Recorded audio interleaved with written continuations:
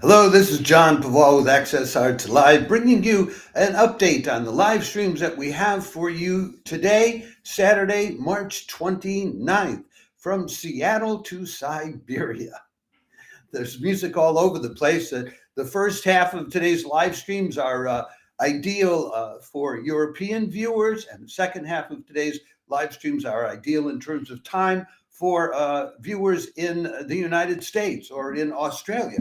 But let's get to them. Before I do that, let me remind you, if you're watching this on Facebook, please like the video. If you're watching it on YouTube, subscribe.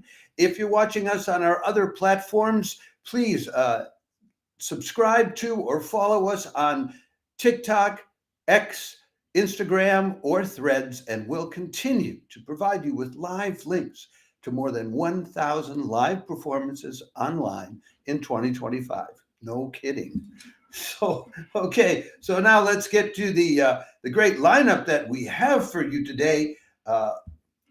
Starting out already just in a couple hours' time, I'm live streaming this at 10 o'clock in the morning European time, and in 2 hours' time, at noon European time, 7 in the morning on the East Coast, 10 in the evening, down under in Australia, March Vivo will be live streaming mezzo soprano Carmen Artaza, singing songs of life and death from Latin America.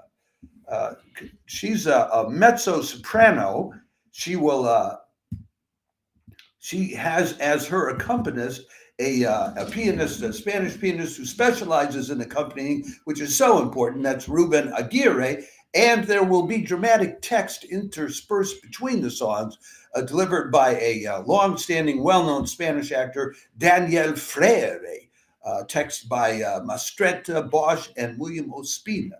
What will she be singing? She'll be singing Carlos Guastavino's Argentine Flowers, Villa Lobos's selections from the Amazon forest, a selection from the Six Melodies by Maria Teresa Prieto, and a couple of songs by Jaime León. These are all 20th century composers, although León did live until 2015. Carmen is young, but she's not inexperienced. She's already sung at the Berlin Comic Opera. She's sung with the operas in Hanover, Dusseldorf, Bilbao. She's at Tenerife. She's given recitals at the Schubertiat. And she also has her first album out with Coviello Classics label. So, and these Latin American songs, this is part of a series. March Vivo likes to do series of these things, and it's just lovely, especially if you like that kind of art song music. Then an hour later, something very different, a symphonic live stream. The Tomsk Philharmonic, way out in Siberia, is live streaming their resident French horn player, Zakhar Nikiforov, playing a French horn concerto by a Soviet composer you probably don't know, Reinhold Glière. That's Saturday at 7 in the evening, KRAT time, Siberia. So it's 1 in the afternoon in Europe, 7 in the morning, and 8 in the morning.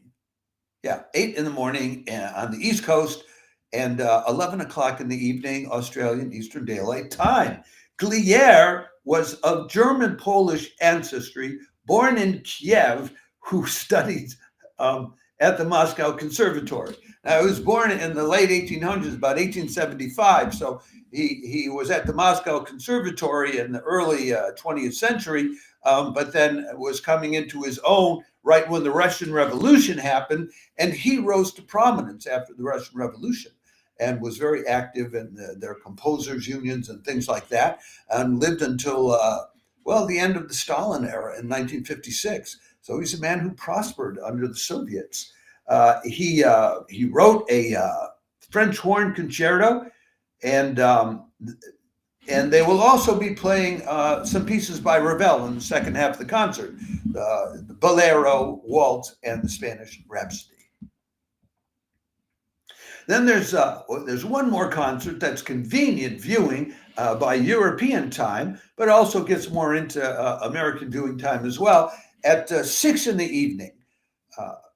Today, Saturday, March 29th, 8 o'clock Moscow time, 1 o'clock on the East Coast, 9 in the morning on the West Coast, an organ recital, well, more of an organ concert at the Roman Catholic Cathedral in Moscow, live streamed by Art Benne, who live streams all of the concerts and recitals there. And it's Alexei Parshin playing Johann Sebastian Bach, for all you Bach lovers out there. We don't know what he's playing. We don't have the specific program, but we know that whatever he plays, he's going to know how to play it well. He's something of a Bach specialist.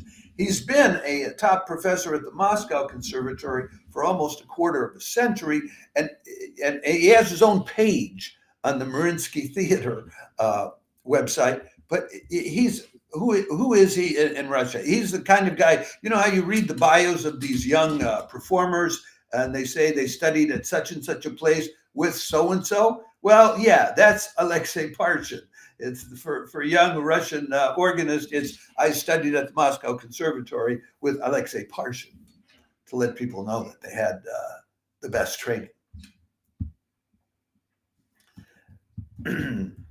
So, and then we move on. There's a break until, about 6 hours later in the day, something like that, I would guess, maybe more. And we move into the American live streams taking place on Saturday evening on the East and West Coast in the United States. First of these, 92NY is live streaming the Leonkoro Quartet, playing Shaw, Hindemith, and Beethoven at 7:30 p.m. Eastern Daylight Time on Saturday, March 29th. That'll be 5:30 on the West Coast, 1:30 in the morning, late night in Europe, and 11:30 in the morning, Sunday morning, down under in Australia. The Leonkoro Quartet, they came together about 5-6 years ago in Berlin. I think they all met at a festival somewhere else, though. And then they started winning awards almost as soon as they started playing in public. And they'll be playing Caroline Shaw's Entr'acte, Paul Hindemith's String Quartet No. 2, Opus 10, and Beethoven's String Quartet No. 15 in A minor, Opus 132, the Heiliger Dankgesang Quartet, the Holy Song of Thanks, I believe that. Now, they're two brothers. This group started out as Jonathan and Lucas Schwartz on the first violin and cello. I think you can see them. I think in the photograph that I have up there, they're the two guys in that photo in the lower left-hand corner. And then they brought in Amélie Wallner on second violin and Mayu Konoe on viola. Leonkoro in Esperanto means Lionheart, and apparently the name comes from a book by Astrid Lindgren, a children's book about two brothers, Jonathan and Lucas. That's not the names of the brothers, but I'm just saying, the brothers here. So they're really a top quartet. If you're very into classic, straight chamber music, this is it for you. Then, coming up a little later, they finally got the confusion straightened out as to who is playing the piano for this concert. Earlier in this week, I couldn't tell. They had two different names. Saturday, March 29th, the Detroit Symphony's Yadar Bignamini conducts pianist Conrad Tao in Saint-Saëns Piano Concerto No. 2, and then they play Brahms's Third Symphony. I just think I really like Yadar Bignamini and the dynamism and the intelligence that he's brought to the Detroit Symphony Orchestra. He put up a brief video on Instagram talking about all the studying that he has to do to prepare himself to conduct wisely and well, and I was impressed by that. And in this concert, they'll be doing Jeremy Krosmer's a piece called Solo. And then they'll do Saint-Saëns Piano Concerto No. 2, as I said, the Brahms Symphony No. 3. Conrad Tao is a pianist and a composer, and he's been described by New York Magazine as the kind of musician who is shaping the future of classical music. His season this year includes return appearance at Carnegie Hall playing Debussy, appearances with the San Francisco, Dallas, St. Louis, Baltimore symphonies, with the Berlin Phil for the 100th anniversary of Rhapsody in Blue. Also the Elbe Philharmonic in Hamburg and the Concerto in Amsterdam. He has written a companion piece to that Rhapsody called Flung Out, and I don't know if they'll be playing it at any of those European appearances to celebrate the Rhapsody in Blue. He's done a fair amount of work with the Finnish and Swedish radio symphonies, which are generally good talent finders. And the thing is that Janar Bignamini works so well with soloists. Every time I've seen him conduct that orchestra with a soloist, they just really cook. So this should be good. This is a top pianist and a top conductor and a really fine symphony. And then I think we have one more live stream for you. Yes, and it's way out on the West Coast. Now we get to Seattle finally. The Harmonia Orchestra and Chorus. And there's a picture of them there in the lower right-hand corner. If it looks like there's a lot of people in it, there are. This is a 70 musician orchestra and a 55 voice chorus.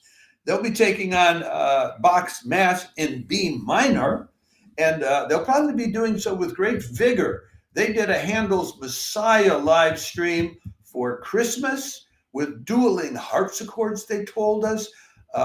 Back in October, they did a concert of spiritual music by Bashevitz, Barber, and Bartok. And the thing I might mention to you is that, so Saturday night at 7:30 in the evening, Pacific time, 10:30 in the evening, Eastern Daylight Time, and the next Sunday afternoon down in Australia, you can hear Bach's Mass in B minor. And why would that matter? Well, because Sunday night, a group called the 13 Choir is going to be doing two of Bach's early Lutheran masses. So on Saturday and Sunday, for you lovers of Bach, you can refresh your familiarity with the Bach Mass in B minor, and then compare it to his two Lutheran masses Sunday night. That's what we have for you today, Saturday, March 29th. I hope that one more or any of these live streams inspires, uplifts you, or just shows you a great time.